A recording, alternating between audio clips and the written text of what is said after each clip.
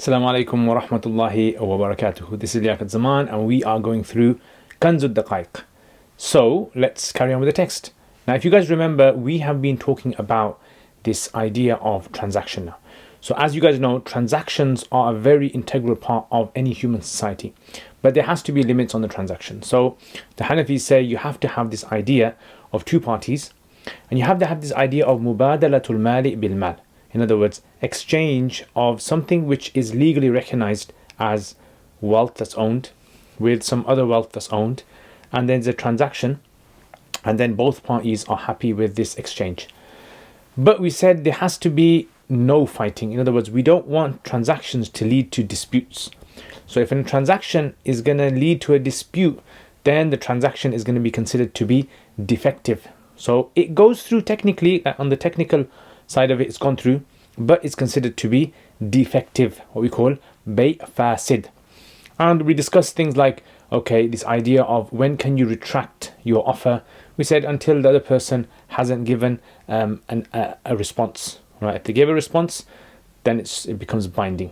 And we said that there's this idea of the item, the money that you give, either has to be in front of them, you point at it, or you have to define it. You got to kind of like specify exactly how much money you're going to give, because again, you don't want it to lead to a fight.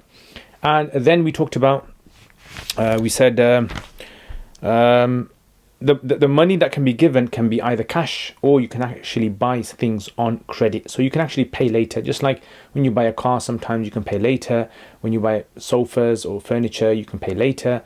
So lots of these things where you can actually pay later. And last week, if you remember, we talked about this idea of if a person was to buy something and didn't specify the currency but mentioned how much, we said technically this shouldn't really go through because there is ambiguity in the transaction, and we don't want any ambiguity because it's going to lead to a fight. But we allowed this because this is something which is quite common, and there's a rule in fiqh which basically goes like this: that wherever you can make a Muslim's transaction permissible, you try to make it permissible. All right, so wherever there is scope for permissibility, you try to make it permissible. But that is a kind of like a very sort of like a loose term which has to be understood, carefully. Which is basically wherever we get some sort of transaction. Let's say, for example, someone comes to me and says to me, this is like a type of transaction and lots of people out there are probably familiar with. Let's say I own a business, I own a desserts parlor, and I come to you and I say to you, borrow me £10,000 and for 5 years, right? Invest in my business for 5 years. After 5 years, I will give you back your £10,000, and at the same time, every year I'll give you a dividend. I'll give you some money as well. So in other words, I'm asking you, can you invest in my business? How much? £10,000. After 5,000 years, I think we will be dead by then. So after 5 years, I'll give you back your £10,000, and every year you're going to get some shares from the business. This is actually not allowed, right? Because there's no way in our fiqh that we can actually allow this, simply because this is really a loan that you're taking benefit from. And the Prophet ﷺ had mentioned that any sort of loan in which you're taking benefit from is riba, is interest. So this is something where an example of where people, they're trying to do a deal, but Islamically that deal isn't recognized amongst the products and the models that the Sharia has permitted. So we have to be very careful of this. Okay, so now let's continue with this then. So he says وَيُبَاعُ الطَّعَامِ كَيْلًا وَجِزَافًا وَبِإِنَاءٍ أَوْ حَجَرٍ بِعَيْنِهِ لَمْ يَدْرِ قَدْرَهُ. So he says, you're allowed to, a person, he is allowed to, yuba'u, it's permissible to actually sell.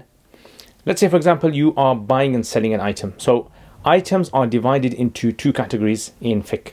So the item, the commodity that you're selling is either what we call fungible or it's non-fungible. Right? Fungible is an item that can be replaced. For example, like rice is fungible, because if you take one scoop of rice, if you take 10 scoops of rice, those 10 scoops are technically equal to that one scoop of rice. Each one is the same, right? So every single one of the 10 scoops is the same as this one, right? So we have this equality, we have this substitution. I can give you one scoop of this rice, or I can take it from this part of the rice, or I can take it from this part of the rice. I'm actually giving you the same thing. The thing that you're asking for, If you come to my shop and you say, can I have 10 cups of rice? I can give 10 cups from anywhere because it's fungible. And the other option is non-fungible. Non-fungible is an item which is basically something which is like unique, cannot be replaced. So most things that we have, anything that's used is non-fungible anymore. Or an animal is non-fungible. Anything that you've used, like a car, you've used it, a book, you've used it, and you want to sell it, this is non-fungible. It cannot be replaced legally. So, therefore, you have these two. The fungible ones are called dhawat al-amthal. Dhawat al-amthal. Things that have mithals for them, examples. And the non-fungible are called dhawat al-qiyam. Things that have value to it. In other words, qima to it. Okay, so we've understood that. Right, let's move on to the next thing now.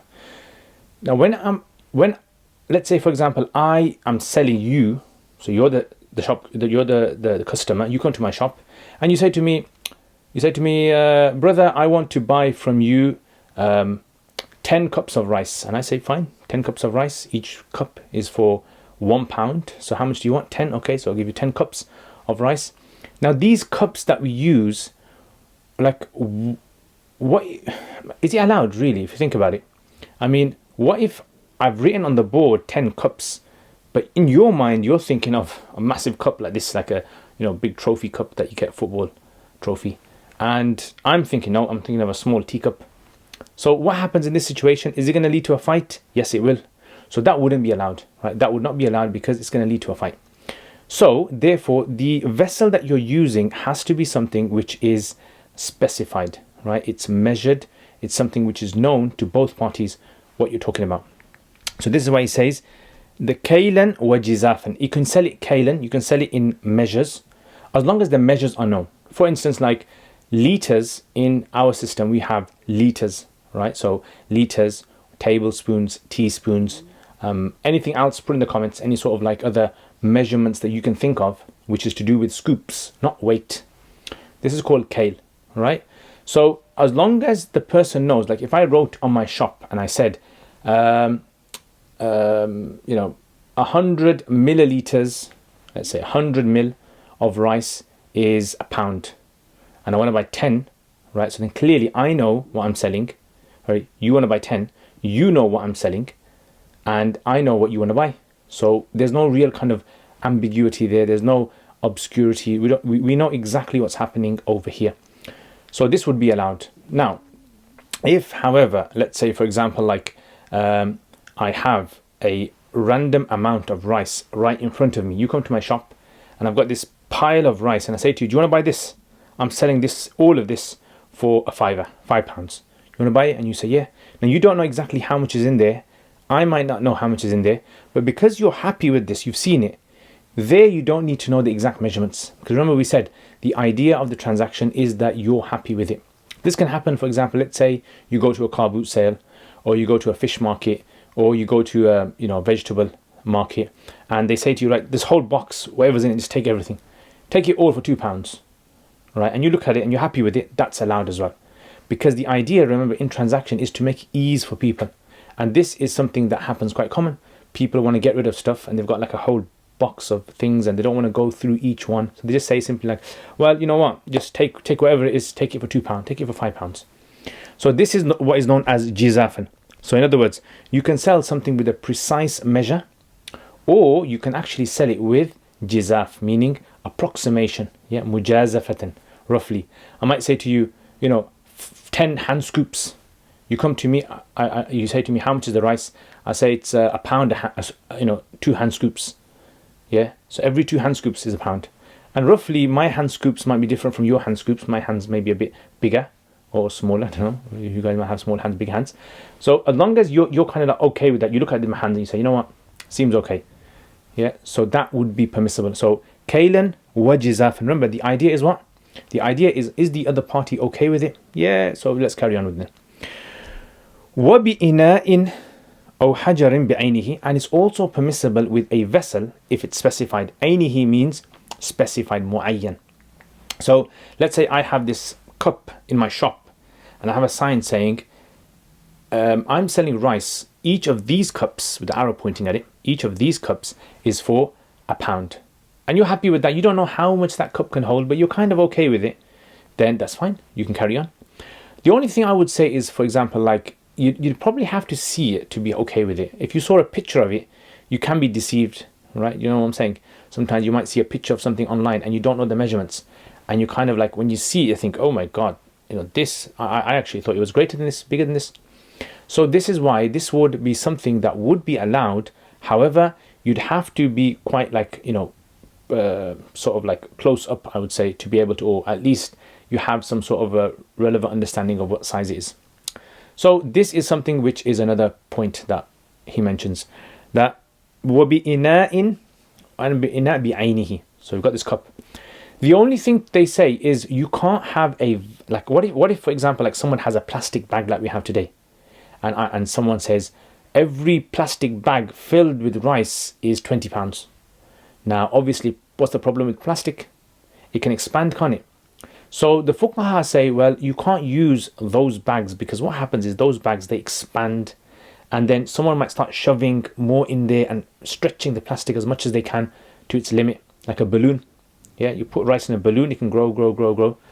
So that's why they say the bag has to be something which is quite versatile and it keeps its shape. It doesn't bend, it doesn't expand.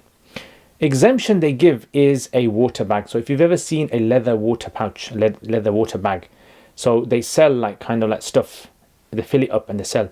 And that kind of like slightly expands, but that's not too much. They're not really kind of too fussed about how much it slightly expands. So that would be allowed. Remember, the idea is you're not going to get into a fight. So this is why when it comes to these kind of packages or pouches or bags, as long as it's not what they call a big difference, right? So as long as it's not gharar fahish, it's not something which is deceptive to the degree which is really, really different from what they were expecting. This is why they say that it's allowed. So anyway, now when it comes to the weights, like we said, the weights are something which is also something important, like hajar. So in other words, in the UK, we have things like the kilo, we have, pounds, tons. Put in the comments if we have anything else. I can't think of anything else that we have. And in other countries, they might have other forms of weight or, measures that they use. So grams, we have grams, don't we? Yeah, grams, that's the one. That's the one I was about to forget. So anyway, so if I was to sell something, let's say I'm selling, I don't know, maybe I'm selling some food items in weight, right? So if I'm selling food items in weight, I'm selling potatoes by weight or apples by weight. So in this case, what would happen is, this would be something you know exactly how much you're getting. If I say 1 kilograms of potatoes for £2, I don't know in the shops, is that a good price? It's not a good price, but in my shop, that's how much it costs. £2, £2 for 1 kilo. So you'd be happy with that. It's not going to lead to a fight. We know exactly what we're getting and what we're giving. But can you use like a random stone? Like if I was, sometimes when I was in Pakistan, I used to buy things off the, what they call reris, right? The kind of trolleys that they used to sell fruit off and vegetables off. The guy would have these scales and he would have a weight, and sometimes he'd have like a proper weight, which was like a kilo weight or a gram weight, whatever. And sometimes he'd have a stone. It's a stone, and you say this stone, yeah, so whatever is equal to this stone, I'll sell it to you for this much money. So let's say, for example, like five pounds of, let's say, I don't know, dates for this much. So this is something which would be allowed as long as you're happy, as long as you don't feel you're being ripped off over here, then it would be considered to be permissible. So if there is a excessive uncertainty there, then it wouldn't be allowed, right? Because you might be ripped off, and we don't want people to be ripped off, especially when it comes to businesses. And the Prophet ﷺ tells us that, التاجر الصدوق الأمين مع النبيين والصديقين والشهداء, that the truthful businessmen are going to be with the prophets, etc. So it's very important for businessmen to be honest as well, right? To kind of create this society where people can have buying and selling in an honest and just way. So this is why he says, وَلَمْ يَدْرِ قَدْرَهُ, and he doesn't know how much it roughly is. As long as they're happy, it's okay. That's basically the masla now. Now there's just one more thing that I just want to mention. So what about things like, for example, a buffet? So a buffet, you're not really sure if you pay £15 for a buffet or £20 or how much ever it is, you're not really sure exactly. Like if I'm a restaurant owner and you come to me and you've got like 10 people who want to eat at the buffet, and there's a variety of foods available, and I say to you, okay, it's £20 per head, so I collect your £20 from everyone.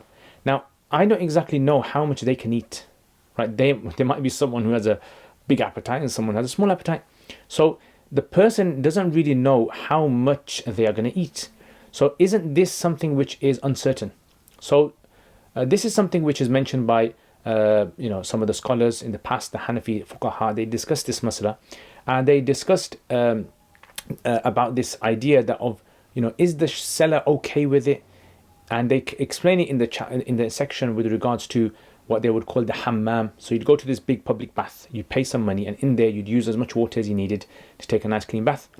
But it was like, how much water are you going to use, and how much of the facilities are you going to use? Like, for example, like a gym or something. So they kind of said it's okay, because the amount of gharar, the amount of uncertainty involved in there is really kind of it's excused. So this happens in the buffet as well. So, a person is not really going to eat everything, on the whole thing, right? But they are going to eat, quite a bit if they're very hungry or if their appetite is quite big. So they're okay with that. They're not really too fussed. That's why they would allow that. Likewise, another issue which comes from this is, imagine if you have these mystery boxes that people sell. So they say, as long as the mystery box isn't something which really contains something that's not worth it, then the transaction's okay, right? So, sometimes people sell a whole room, a container or something, that would be okay. So anyway, that's basically the masala. I hope you guys have understood this. It all boils down to, is it going to lead to a fight? Is it not going to lead to a fight? And are the people going to feel that they are being ripped off here? Is there a high level of uncertainty of what the customer is getting? All of these factors are the factors that the Hanafis mention in these kind of sections. So Jazakumullah khair. I hope you guys enjoy this, and I will see you guys. Let me know if any of you guys are reading other books on the side to supplement these videos, or if you're using this video to supplement other books that you're studying, right? Because a lot of you guys have told me you're benefiting from these videos. I'd like to know how you guys are benefiting, so maybe in the future I can tailor the videos more. Again, Jazakumullah khair. Thank you very much, and Assalamu alaikum wa rahmatullah. Jazakumullah khair, guys, for all of your support. Without your support, I wouldn't have been able to produce the videos that I've put up on my YouTube channel. And there is so much more that I really want to do.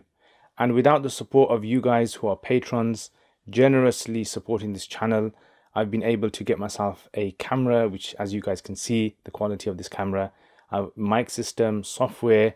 I've been able to hire an editor. So what do I want to do? I want to make lots and lots and lots of more videos for beginners, for intermediate, advanced, in the subjects like Arabic and Fiqh and Hadith and Tafsir and Aqidah and all those other things as well. And for this to happen, again, this channel needs support. So if you guys want to become patrons and support this channel, then check out the link below. Also, if you do become patrons, you'll have access to videos that I don't put up on my normal YouTube channel. So check that out, inshallah. And there's most other perks as well that you guys can benefit from. And if you want to access this channel through social media, we've got Twitter, we've got Instagram, Facebook page, and other things as well that you can visit. So Jazakumullah khair again, guys. Thank you very much for your support. Assalamu alaikum wa rahmatullahi wa barakatuh. Jazakumullah khair for watching this video. I hope to see all of you guys. If you guys are interested, please leave us feedback, get in contact with us. Assalamu alaikum wa rahmatullahi wa barakatuh.